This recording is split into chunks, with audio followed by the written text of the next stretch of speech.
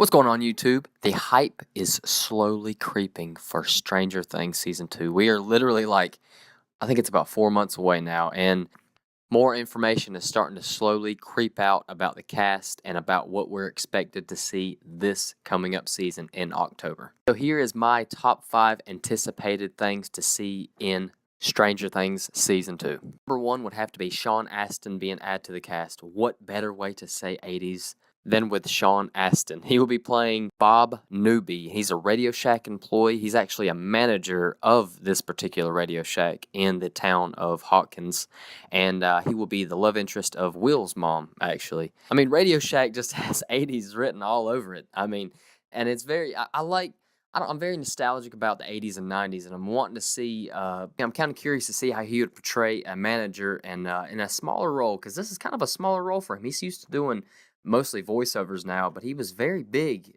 Sean Astin was actually a very big actor in the 80s. He actually did, he had roles like The Goonies, and he was like a big child breakout star actor of the 80s. He's actually a very funny comedic actor in most of his roles, and I'm wanting to see what he could actually bring to the table in this season. Oh, and speaking of new cast members, we have Paul Reiser. This is, for me, his most notable role was Burke in Aliens, and okay, he will be playing a Department of Energy mucky muck whose job is to contain the events that happened Hawkins that previous year. Okay, now with all the parallels to the 80s culture and movies and a bunch of movies just like Aliens that they've kind of paralleled with, and even when they found Will in the Upside Down, he had something kind of in his throat similar to how a facehugger would impregnate somebody with a baby xenomorph. And all these similar shots we get that are reminiscent of the Aliens movies when they go to the Upside Down, when their suits on and stuff like that. That was one of my favorite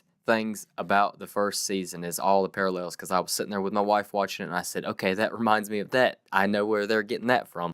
Paying homage to all these 80s movies is just awesome, and him as that type of character, as this suit and tie Department of Energy worker, I can see very much how they would parallel and give us some homage to Aliens, and I'm hoping to see a lot of Easter eggs in this season according to that. Okay, my next anticipated is the creators were kind of teasing, the creators and the actual actors themselves were teasing of a much darker season this season, and with everybody else, I don't know how you can get darker, but it's just another little thing to look forward to, knowing that they have a little bit more money and Netflix is giving them a little bit more leeway and letting them kind of do their own thing because they know it'll be successful in the end. As long as they stick with a good story and good character development and good character arcs, I'm all down with having it darker. Okay, the next thing I'm very anticipated for is, we had the Demogorgon in the first season, and now we're getting something called the Desohydra. I don't know if I've said that right.